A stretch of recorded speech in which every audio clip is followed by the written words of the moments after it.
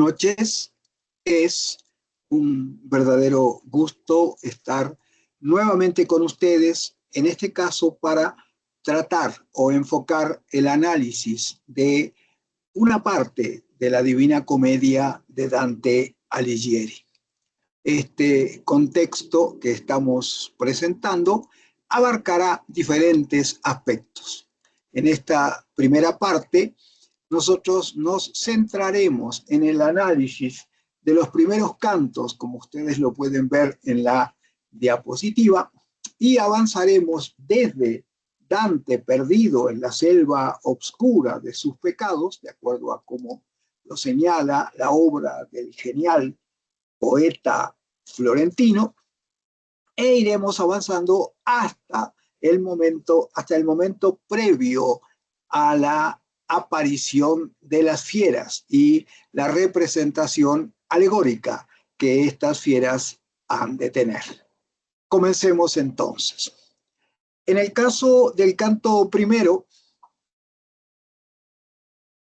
tenemos o podemos observar en primer lugar cómo Dante, personaje, se descubre perdido en la selva oscura de sus pasiones y reflexiona acerca de qué camino debe tomar en este difícil momento de su existencia. En segundo lugar, veremos cómo aparece y se autopresenta Virgilio, el poeta latino que Dante ha escogido para que lo acompañara durante el recorrido infernal y parte del purgatorio, como lo veremos en su momento. Estos aspectos iniciales son las que queremos plantear. Acá nosotros decimos la comedia de Dante Alighieri, le llamamos el satánico espacio virtual, debido a que con ese término aludo en mi ensayo al infierno, a la primera de las divisiones de la Divina Comedia, en donde la primera cantidad es el infierno, que consta de 34 cantos, que tiene un canto inicial, que es el canto introductor a toda la Divina Comedia, y tiene luego 33 cantos que corresponden al lúgubre y congelado infierno dantesco, acorde con lo que iremos explicando. Acá señalamos en la diapositiva que ustedes pueden observar que llevaremos a cabo el análisis de la primera parte del infierno, del canto 1. Yo agrego que dividido esta presentación por razones de temporalidad, básicamente, en dos partes a su vez. Y la primera parte de nuestra presentación ha de abarcar, como lo decía al comienzo, desde este momento en el que Dante se descubre perdido en la selva oscura hasta el momento previo a la aparición de las tres fieras que le interceptan el camino y no lo dejan continuar. Como señalábamos hace un momento, Dante está perdido en la selva oscura y esta expresión se manifiesta a través de lo que se dice en los primeros versos. Dice el narrador autodiegético, leo primero en italiano, luego marco la traducción a pie de página. Nel mezzo del cammin di nostra vita mi ritrovai per una selva oscura, che la diritta via era smarrita. Quanto a dir qual era de cosa dura questa selva selvaggia ed aspra e forte, che nel pensier rinnova la paura. Es decir, en la mitad del camino de nuestra vida me encontré en una selva oscura y la vía recta había desaparecido. Ah, cuán penoso me sería decir lo salvaje, áspera y espesa que era esta selva, cuyo recuerdo renueva mi pavor. Eso es lo que se está señalando en este momento al inicio de la comedia. Damos la referencia bibliográfica del texto de la Divina Comedia que estamos usando a los efectos de que sirva de guía a mis amables oyentes y a quienes están siguiendo esta presentación de una manera particular. Comento además que aparte de hablar de los primeros versos, como decíamos, señalamos de una manera muy especial que el comienzo de la Divina Comedia es in medias res, empleando un término técnico para referirnos al concepto de en mitad de la cuestión. Decimos el comienzo es in medias res, con un alto contenido simbólico a la mitad del camino de nuestra vida. Esta metáfora, el camino de nuestra vida, apunta en una doble dirección. Alude a la plenitud del desarrollo personal, no interesa la precisión de conceptos que muchos insisten en subrayar, 25, 30, 35 años, no importa. Lo que sí interesa es la vitalidad de quien marca una etapa del desarrollo personal, es el momento de la madurez en donde el sujeto lírico comparte con su lector el mensaje, puesto que recurre al plural de modestia, nosotros, en la mitad del camino de nuestra vida, dice, en lugar de decir en la mitad del camino de mi vida, dice nuestra vida. El destino humano es compartido y de ninguna manera puede concebirse como individual. La conceptualización de este tipo de abordaje, me refiero a la medias res, se la debemos a Horacio, el escritor latino contemporáneo de Virgilio, quien en su Ars Poetica utilizó el término in medias res, en mitad del asunto, para referirse al momento en que Homero empieza a contar la historia del sitio de Troya en la Ilíada. La referencia está aquí. Es la edición bilingüe de Horacio Silvestre, etcétera, etcétera. Ustedes lo pueden observar y leer en este momento. Es decir, Horacio hablaba de diferentes maneras de iniciar el discurso. Y en particular, él se refería a esta que es en mitad del asunto, que es lo que estamos mostrando en este momento. Paralelamente, podremos observar cómo se maneja la noción de tiempo y espacio en el contexto de lo que el poeta florentino está planteando. Queda establecido, me parece que eso es necesario aclararlo, queda establecido un tiempo y un espacio determinados, la mitad del camino de la vida y la selva oscura respectivamente. La primera referencia, la mitad del camino de nuestra vida, se instala en un momento cronológico de la existencia del hombre, Dante lo ha querido así, por eso lo plantea de esta manera, y la segunda crea el espacio indefinido del pecado, que es la selva oscura, en la cual el poeta se descubre de pronto perdido. Lo único cierto y comprobable es que la senda recta había desaparecido. Había sido abandonada por el cansado caminante, quien ahora se descubre en medio de un lugar que solo le provoca espanto y miedo. Se emplea el término paura, que significa en italiano, en español, terror, recelo, aprensión. Es un leitmotiv que en el desarrollo de los cantos infernales se irá planteando. El leitmotiv es el motivo ley, es decir, un elemento que de una forma u otra se reitera a medida que vamos avanzando en la lectura de los diferentes capítulos. Ese leitmotiv es el de la paura, es decir, el miedo, el terror, la aprensión que se vive al entrar, al ingresar al espacio infernal. Continuamos. Podemos ver también, y esto es muy importante de señalar, acá tenemos el concepto de anagnórisis. Es decir, además, señalo, la anagnórisis, me vi en medio de una selva oscura. Refiere a un reconocimiento que lo deja conmovido. Recuerden, por favor, que el concepto de la anagnórisis es el concepto de reconocimiento. Se reconoce una situación, un personaje, se reconoce algo que hasta ese momento no se había podido observar.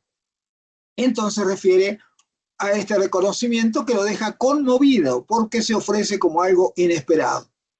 A partir de los referentes que aluden a la selva oscura, todo ha de ser diferente.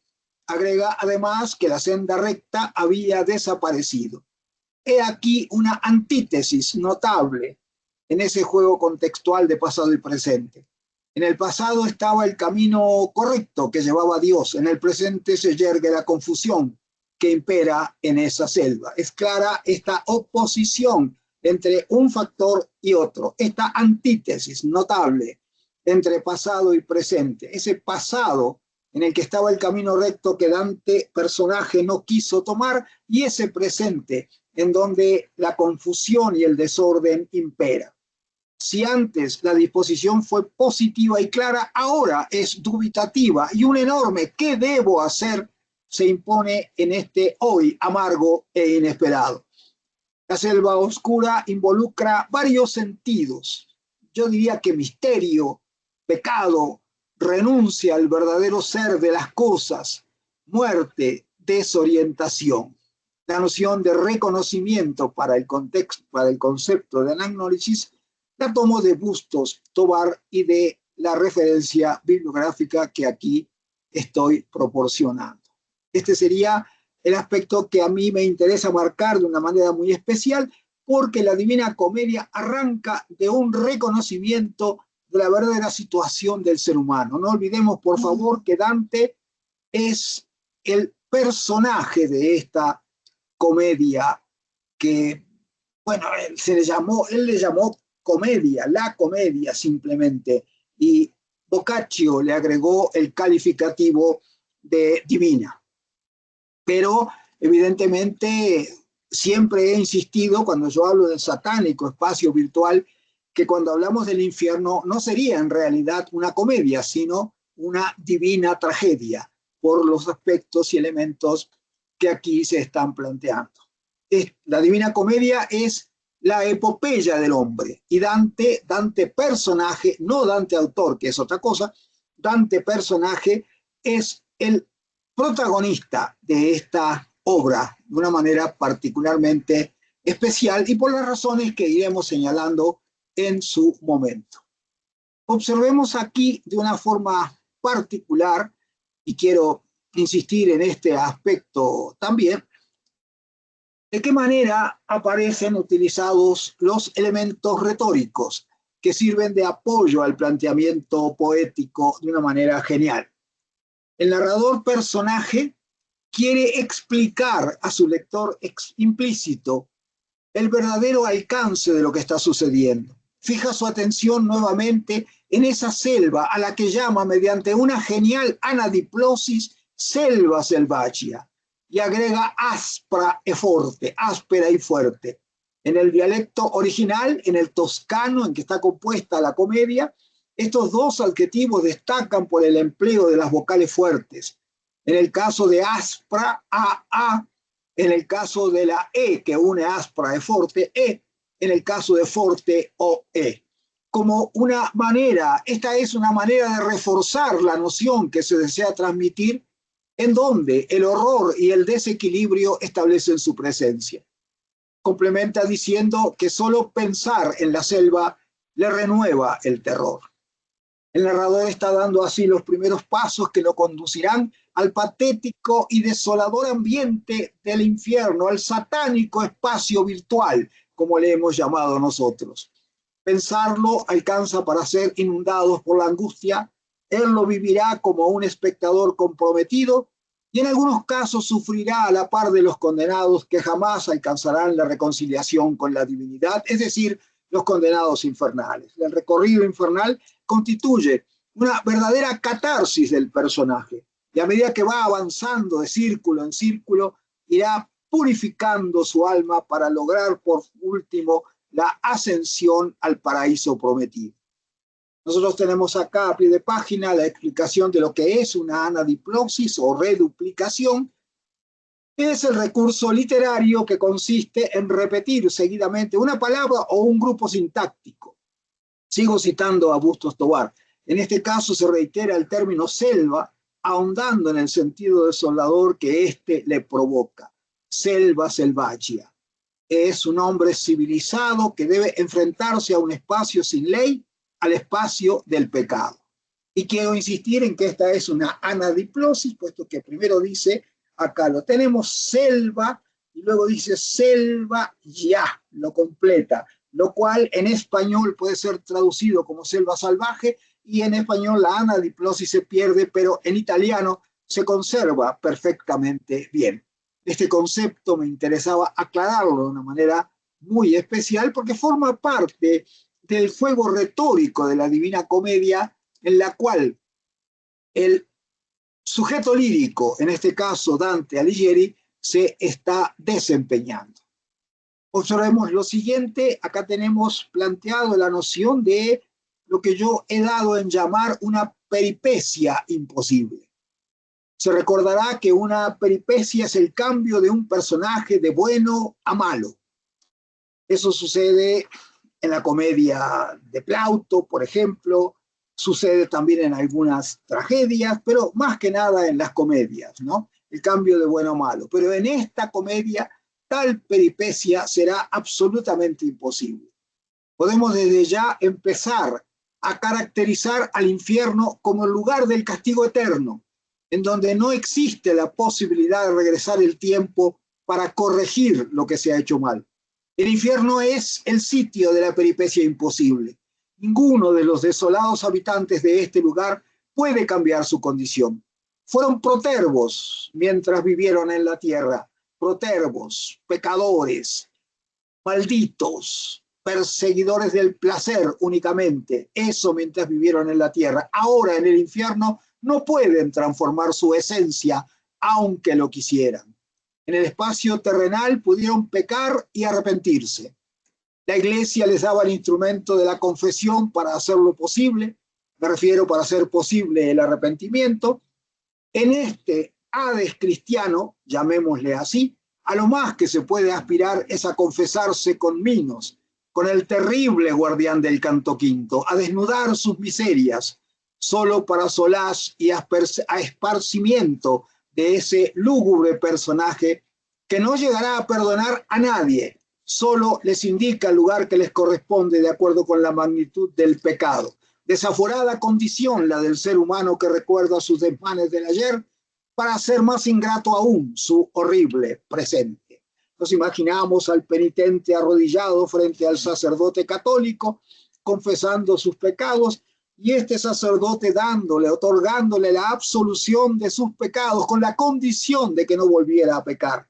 En el caso de Minos se forman las largas filas frente a Minos y uno por uno le va diciendo sus pecados para que Minos le indique el lugar del infierno que les corresponde de acuerdo con sus pecados. He ahí la diferencia, pero también el posible o el probable o el importante valor simbólico que esto representa. Por eso el infierno es el lugar de la peripecia imposible, no se puede cambiar absolutamente nada. Es el espacio eterno y ahí han de quedarse los hombres sin poder cambiar la esencia de lo que ha pasado. Continuamos. Como lo decía antes, la poética dantista, decimos dantista para referirnos a todo lo que tiene que ver con la poética de este grande de Florencia. Cuando decimos dantesca nos referimos a todos los contenidos planteados por este mismo poeta en el contexto del infierno. Entonces, la poética dantista se vale del sonido, desgarrador a veces, que es en el infierno, esperanzado otros, realizado y feliz en el último contexto. Es decir, lo podemos ver a través de la poética dantista, en donde en el infierno el sonido es desgarrador. En el paraíso hay también sonido de muerte y de castigo, pero hay esperanza. Y en el paraíso, en el purgatorio, perdón, es el lugar en donde reina la esperanza. Y en el paraíso es donde el hombre se realiza y es feliz, por fin. Pero este hecho se refleja, curiosamente se refleja en el uso de las vocales.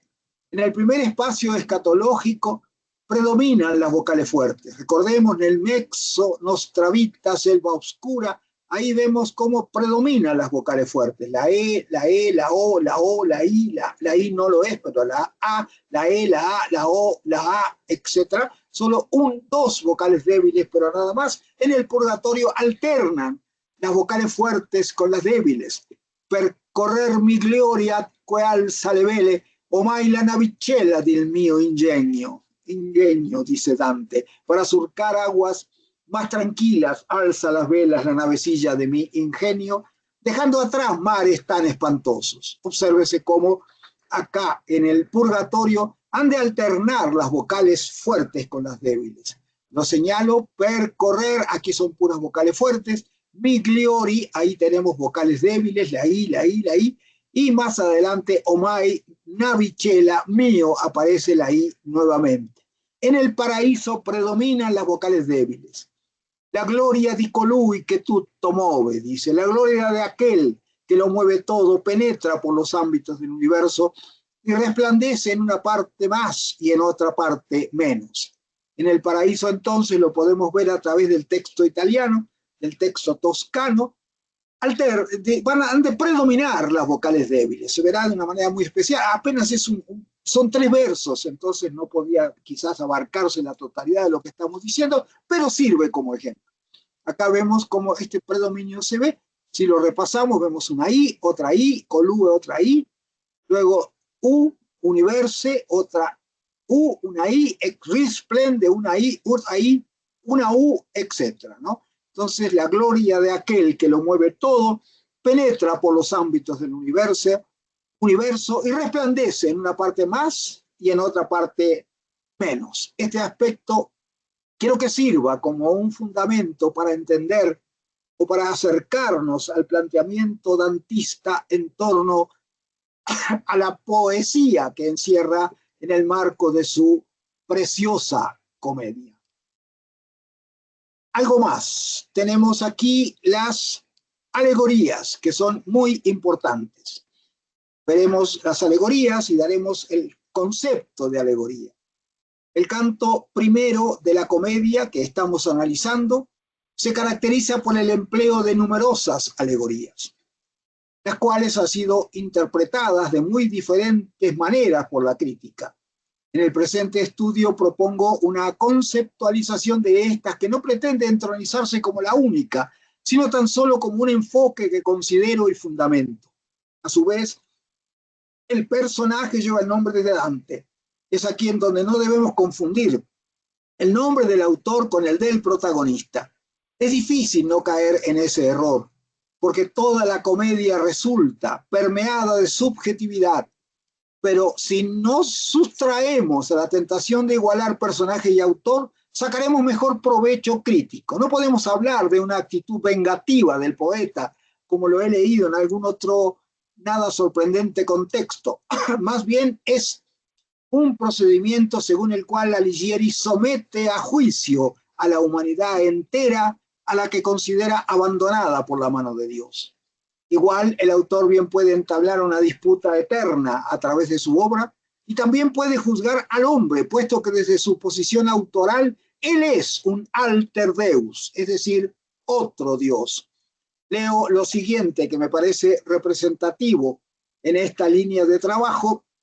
La teoría de la recepción sostiene que es en el acto de lectura donde el lector crea la poesía o la novela. Si se ha llamado al poeta un segundo creador, un alter deus, otro Dios, el lector no es otra cosa que un alter poeta, es decir, otro poeta, con todas las consecuencias que ello implica. La fuente está marcada. Por lo anterior, Dante es el autor que lleva de la mano a sus propios personajes y que a través de su comedia ha creado un mundo infinito en el que gobierna a ese universo como un verdadero Dios.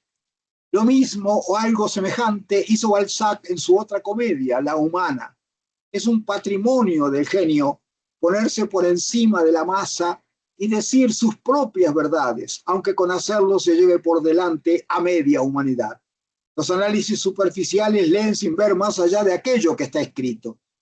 Es cierto que existió un Ugolino y un Ruggieri, pero ellos no son los mismos que aparecen en las postrimerías del infierno.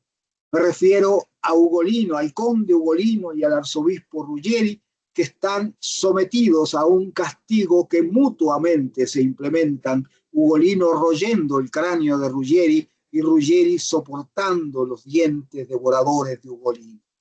Ellos constituyen una representación, fruto de la creación afiebrada de un florentino inmerso en la gran tarea de dar forma a ese entramado humano en el que domina.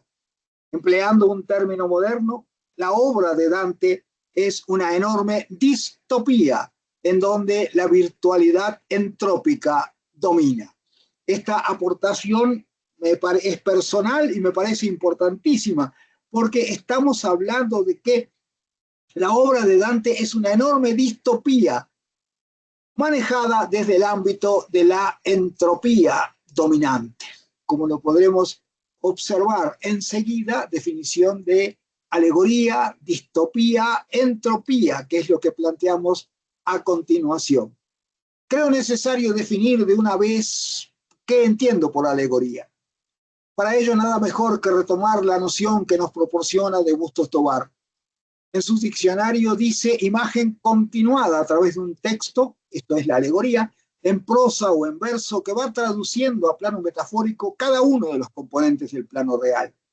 Consiste, por tanto, en utilizar una serie de elementos figurativos que representan, correspondiéndose miembro a miembro, otro conjunto de realidades. Es decir, yo llamaría a la alegoría una metáfora continuada. Por otra parte, con el término distopía, aludo a un mundo o sociedad imaginada en la que las personas llevan vidas miserables, deshumanizadas y temerosas, llenas de horror. Se me ocurre pensar en este sentido en las figuras humanas sometidas al castigo eterno, en donde sí hay un orden establecido por ese impetuoso alter deus del que ya hablábamos, orden atribuido a una divinidad justa, que reparte castigos entre aquellos que se entregaron a una vida licenciosa. Pero ese mismo orden responde a la expresión de existencias patéticas que han perdido su condición humana para ser tan solo objeto de sanciones implacables. Cuando hablamos de entropía, que es el otro concepto manejado, nos referimos al grado de desorden de un sistema que se da como producto de una energía que no puede ser controlada y por lo tanto no puede ser usada. A mayor desorden, mayor entropía. El término entropía se ha tomado, la literatura lo ha tomado prestado de la termodinámica para convertirlo en un concepto humanista que proyecta un mundo diferente, acorde con los parámetros que en esta presentación estamos manejando. Estos son los elementos que en un primer momento del análisis que llevamos a cabo nos interesa resaltar de una manera muy especial. Al mismo tiempo, el término entropía y sobre todo distopía tienen su antónimo en el término utopía, al que queremos referir muy brevemente acá. El término utopía es el antónimo de distopía. Sobre todo lo es en el infierno y en gran parte del purgatorio también. ¿Por qué? Porque el purgatorio, como su nombre lo indica, es para purgar los pecados y hacerse acreedores al beneficio final del paraíso. Pero para lograr eso hay que sufrir mucho y Dante bien que los hace sufrir. Es un experto en esa situación, una especie de, yo diría, enfermiza situación mediante la cual sabe condenar a quien él quiere condenar. En el paraíso corresponde utilizar el antónimo utopía, que fue creado por Tomás Moro en la obra homónima. Si ustedes, mis lectores, están contaminados por prejuicios religiosos, como lo estoy yo, tendrán una idea preconcebida del paraíso, según la cual todo en ese lugar es perfecto, armónico y organizado para el deleite eterno. Una verdadera utopía que ha de descollar por verse como una quimera, un ensueño, un ideal. Ese es el paraíso con el cual se autopremia el gran escritor del humanismo florentino, que es Dante Alighieri, al mismo tiempo que permite el ingreso no solo de sus amigos, sino también de muchos que se han ganado los laureles eternos de la gloria, según él, por lo menos. El estilo de Dante, cargado de figuras retóricas y elaborado al máximo, nos lo muestra como el gran épico que es, y con el derecho de alcanzar, si no la gloria del paraíso, no lo podemos saber eso, sí la gloria como poeta inmortal. Damos la referencia a Tomás Moro con su año de nacimiento y muerte y algunas características que ustedes pueden observar del filósofo e historiador que habla de la utopía. Continuamos. Al continuar o al seguir con el análisis de la obra del canto 1 que estamos haciendo referencia, el caminante que está tratando de escapar de la selva oscura se encuentra con diferentes obstáculos, como lo hemos venido bien observando. Lo primero que les he dado observar al poeta al salir de la terrible selva oscura es una montaña. E vide lassù spali vestiti già de raggi dei planeta che me ne ha diritto altrui per ogni calle. Es decir, vi su cima, la cima de la montaña, revestida ya de los rayos del planeta que nos guía con seguridad por todos los caminos. Esta elevación rocosa representa el primer obstáculo primordial en la búsqueda de la liberación que solo le es concedido al hombre, según el esquema medieval cristiano, cuando vive en gracia divina. Dante no puede dejar de ser un hombre medieval, por ello se expresa en términos que estaban de moda en su época. Es cierto que él creará su propia teología, que en muchos de sus anexos entra en controversia con la teología del cristianismo católico. La escatología dantista se parece a la escatología religiosa, pero solo se parece, no es para nada igual. En el desarrollo del presente trabajo iré señalando las diferencias y semejanzas entre ambas, pero quedémonos acá con este gran primer obstáculo, que es una montaña que debes ascender el poeta para llegar al lugar donde hay una luz que corona a esta montaña. Este es el primer obstáculo, lo decíamos al principio.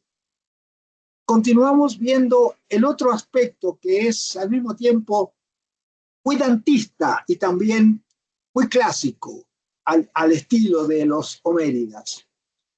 La montaña no lo es todo, decimos, sino que también debe enfrentar otros impedimentos.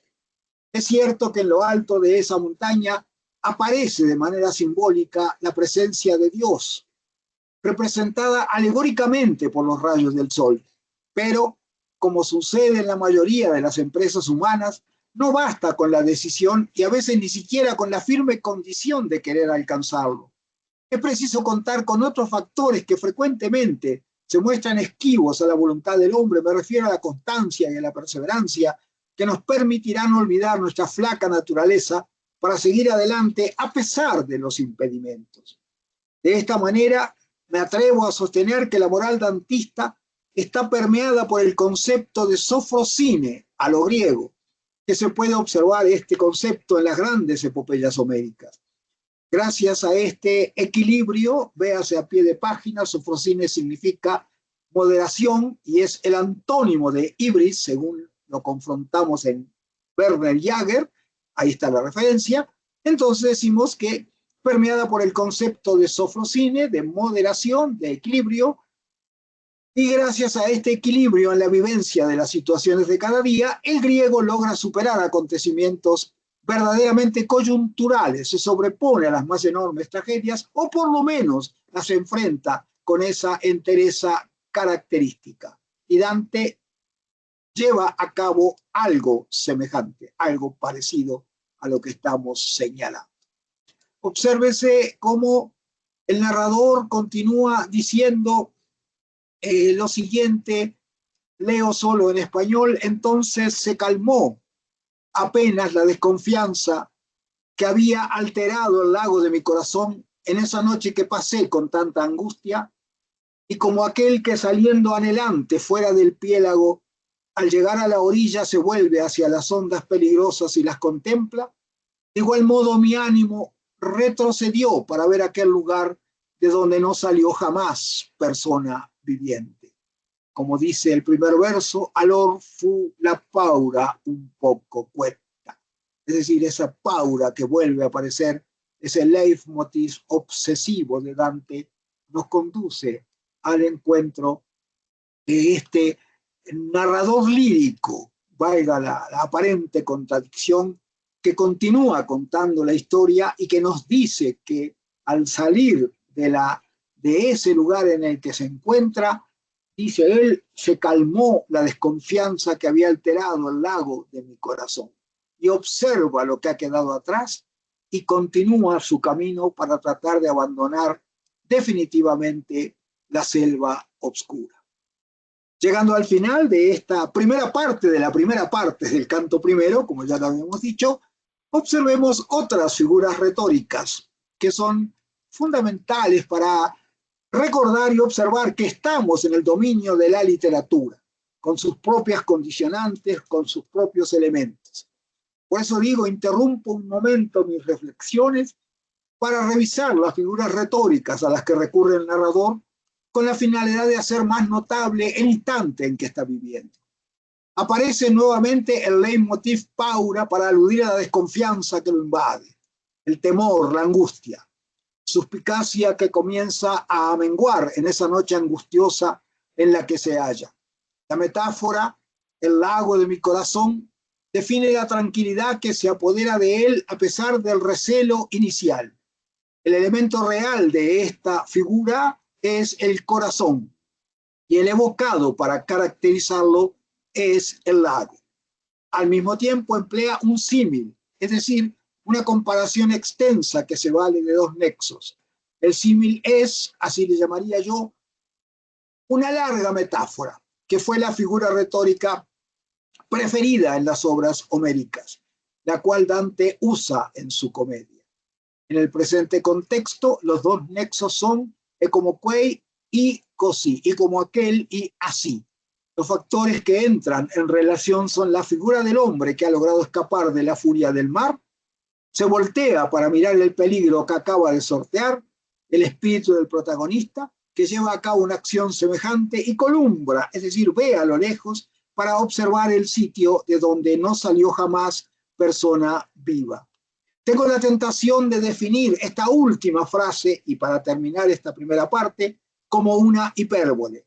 Pero en el reino del pecado y de la corrupción no hay exageración posible. Eso creo que debe quedar muy claro en el contexto que estamos trabajando. No hay exageración posible. Y podremos observar que paulatinamente, a medida que avanzamos en el desarrollo contextual de la Divina Comedia, los términos se van volviendo más crudos, más reales y más horriblemente representativos de la condición del hombre humano. Estas otras figuras retóricas que hemos analizado nos sirven como preámbulo a lo que consideraremos y comentaremos en la segunda parte, que es en donde podremos observar en esta segunda parte todo lo que tiene que ver con los elementos que se relacionan básicamente con la presencia de las fieras que constituyen los otros obstáculos en el camino hacia la salvación. Hablaremos de ella en el momento siguiente y les agradezco por este momento la atención prestada. Muchas gracias.